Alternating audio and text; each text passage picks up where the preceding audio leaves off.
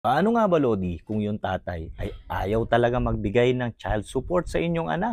Ano yung mga hakbang na pwede niyong gawin para maigiit ang karapatan ng inyong anak? Lodi, sa ganyang sitwasyon na alam mo naman na merong kakayahan yung tatay subalit ayaw niya lang talagang magbigay ng suporta, dalawa pong magkahiwalay na batas ang pwede po nating i-invoke dito. Una po, yung kanya pong obligasyon under the family code na magbigay ng suporta sa kanyang anak.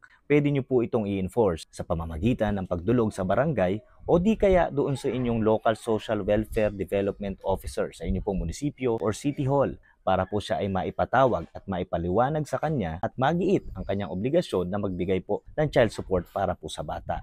Ikalawa po, ito po yung aspetong kriminal. Sa pagkakataon po talaga na ayaw niya lang talaga at mayroon pong pananadya sa kanyang parte na hindi ibigay ang nararapat para sa bata, siya po ay mananagot sa Anti-Violence Against Women and Their Children Act, particular sa economic abuse violence nito, at pwede po siyang makulong sa kanya pong ginagawa. Pwede po kayong humingi ng assistance din doon sa DSWD o di kaya sa VAUSI desk ng PNP na malapit po sa inyo. Alamin po ninyong mabuti ang inyong karapatan sang-ayon sa batas para po ito ay inyong maigiit ng tama at maproteksyonan ang interes ng inyong pong anak. Para sa mga ganitong info mga Lodi, follow po kayo sa aming page.